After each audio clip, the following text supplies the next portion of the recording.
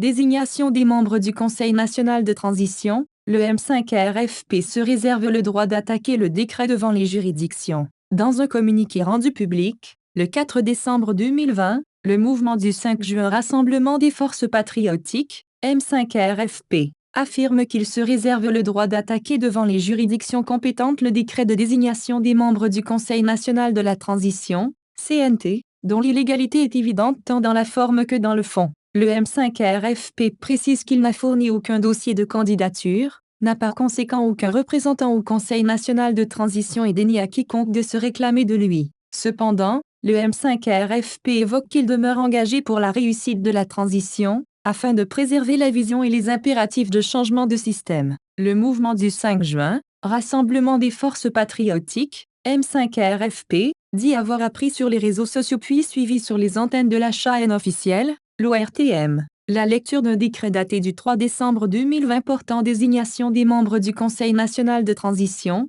CNT. Le M5RFP tient à rappeler sa position clairement exprimée dans sa déclaration du 4 novembre 2020 ainsi formulée, le M5RFP, qui refuse de servir de faire valoir à un régime militaire déguisé, a unanimement décidé de ne pas participer au Conseil national de transition, CNT, dans le format proposé. Par conséquent, le M5RFP dénie à quiconque d'y participer en son nom et met en garde les autorités de la transition contre toute manipulation visant à associer son nom à cette mascarade. Le communiqué du M5RFP révèle que cette position de principe a été réaffirmée par courrier du 16 novembre 2020 adressé au vice-président de la transition. Le M5RFP précise qu'il n'a fourni aucun dossier de candidature, n'a par conséquent aucun représentant au Conseil national de transition et dénie à quiconque de se réclamer de lui. Au-delà, le M5RFP déplore les pratiques inquiétantes de violation systématique des textes constitutionnels et légaux par les autorités de la transition, en l'occurrence à travers la désignation de membres du CNT à titre individuel ou par cooptation, en violation de la charte de la transition et des décrets subséquents portant conditions d'éligibilité et clés de répartition des membres du CNT.